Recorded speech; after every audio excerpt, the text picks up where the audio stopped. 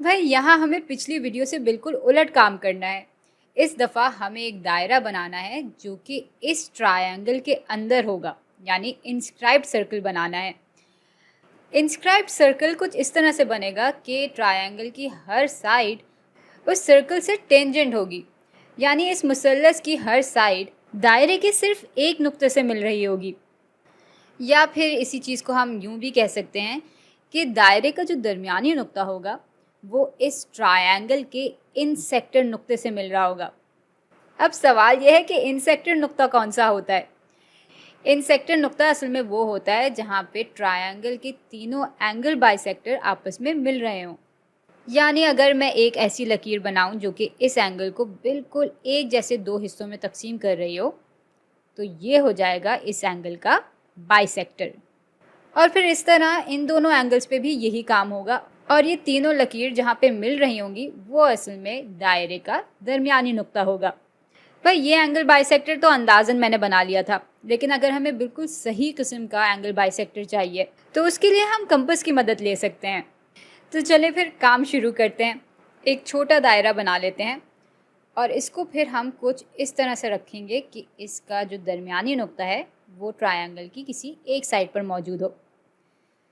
अच्छा, अब इसी नाप का एक और दायरा बना लेते हैं और इसको फिर हम इधर रख देंगे। यूँ आप देख सकते हैं कि इसका दरमियानी नुक्ता भी ट्रायंगल की दूसरी साइड पर मौजूद है और जहाँ पे ये दोनों दायरे आपस में मिल रहे हैं वो असल में इस ट्रायंगल का कोना है। अच्छा, साथ ही साथ ये दोनों दायरे यहाँ पे भी मिल रहे हैं।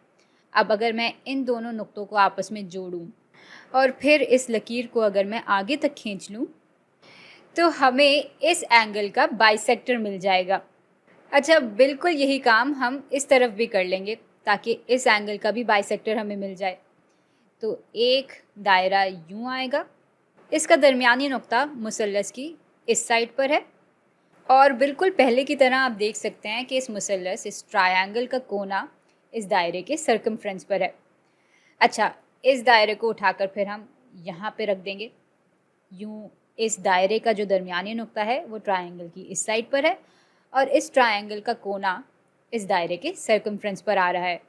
अब ट्रायंगल का कोना और ये दोनों दायरे इस जगह पर मिल रहे हैं, साथ ही ये दोनों दायरे इस नुक्ते पे भी मिल रहे हैं।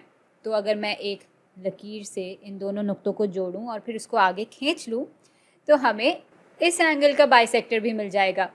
तो यूँ हमारे पास दो एंगल बाइसेक्टर तो आ गए हैं। अब ज़रा तीसरा एंगल बाइसेक्टर भी बना लेते हैं, बल्कि शायद हमें इसको बनाने की ज़रूरत ही ना पेश आए। भाई इन सेंटर वो नुक्ता था जहाँ पे तीनों एंगल बाइसेक्टर आपस में मिलते हैं। अब जब दो यहाँ पे मिल रहे हैं तो तीसरा भी इधर ही मिलेगा, इसलिए हमें तीसरा एंगल बाइसेक्टर बनाने की ज़रूरत नहीं है। अब बस हमें अपने दायरे का दरमियानी नुक्ता मिल गया है तो हम दायरे को बना लेते हैं। तो भाई ये आ गया हमारा दायरा और आप देख सकते हैं कि कैसे इस ट्रायंगल की सारी साइड्स इस दायरे के टेंजेंट हैं।